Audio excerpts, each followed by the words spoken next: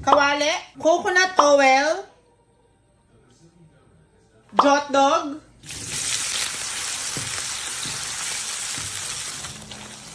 pag kayo manggina, ahon. Ako talaga pag nagluluto ako ng spaghetti, kailangan pinipito ko muna yung jot dog. Ewan ko ba? Yung iba hindi na eh. Pero ako, ganito yung trip ko. Alam mo kasi yung feeling na naligo ka pero hindi ka nagbasa ng ulo. Parang ganun. O kaya naligo ka ng katawan lang, hindi mo sinama yung ulo. Ganun yung feeling. Dami sinabi. Tapos may tira-tira tayo ditong boots ha. Lagyan na natin to bago to ma-expire.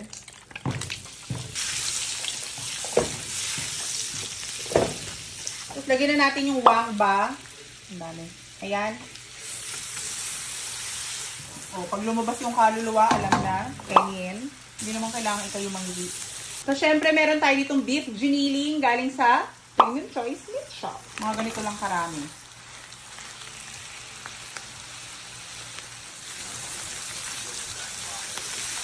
Pag nag-i-spaghetti ako, ang ginagamit kong giniling, yung lean o yung puro laman. Para hindi siya nagko-convert as taba. Kasi kapag may taba, yung normal na giniling, magugulat ka, waglaho na yung giniling mo. Naging ano na lang talaga, mantika. Ayan, ang galing. Ganyan talaga sa bahay eh. May kumukuha ng hotdog pag naprito na eh. Tapos maglalagay tayo ng corned beef. Siyempre. Tama na, tama na. Tapos nagubaling all together. Pag nagisa na natin yan, tomato paste. Tama natin yan sa mami. Yan, pag gisang-gisa na, ilalagay tayo ng Josepi laurel. Because why not? Toyo. Konting suka. So, ang atake, parang ina-adobo ko muna yung pinaka-giniling natin. Para anti-panis. Perfect. Tapos, may natira din ako ditong konting lino na natira ko kahapon. Lagyan na rin natin to, sayang. Hindi na iwan dito sa lata. Tama yun eh. Dapat kapag nabuksan na, lalagyan na lang sa plastic o sa container. Mga angels ko. Talaga naman. Ang babait. Ang gagaling. O tapos, ilalagyan na natin tong spaghetti sauce na Filipino style. Kahit anong style pa yan, kahit dog style. Kung anong trip ninyo.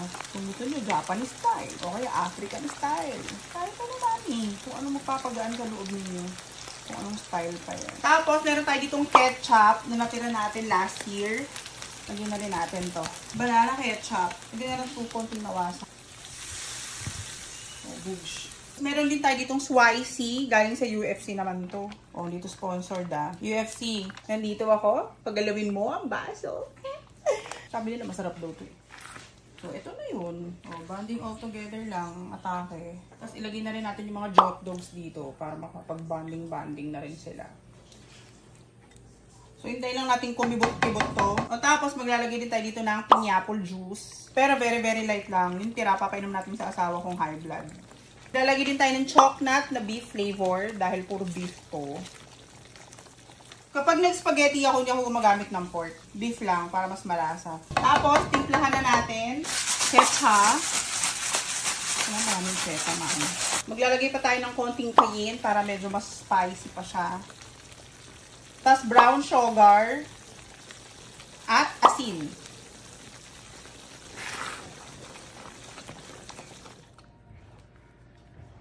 Tapos yung pinaka-finale natin dito, keso. Bukod sa tinatoppings ko, naglalagay pa ako dito ng keso para talagang ganap na ganap yung atake. Creamy, cheesy, ganon. Pwede kayo maglagay ng mushrooms, ng ham, o ano pang trip ninyo.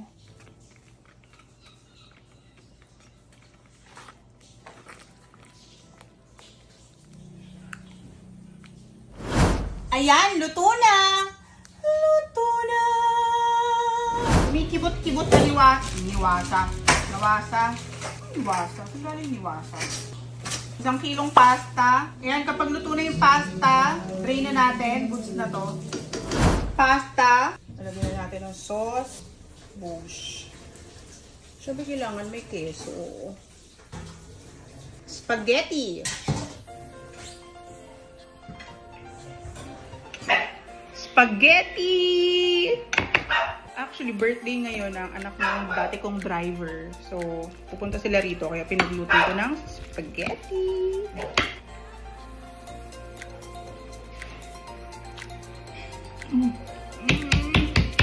Sumakses.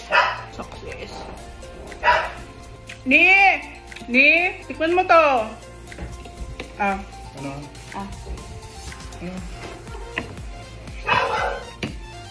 Okay. Isa pa. Kaya mo na? Paligosa, iinom kaya ayaw kumain.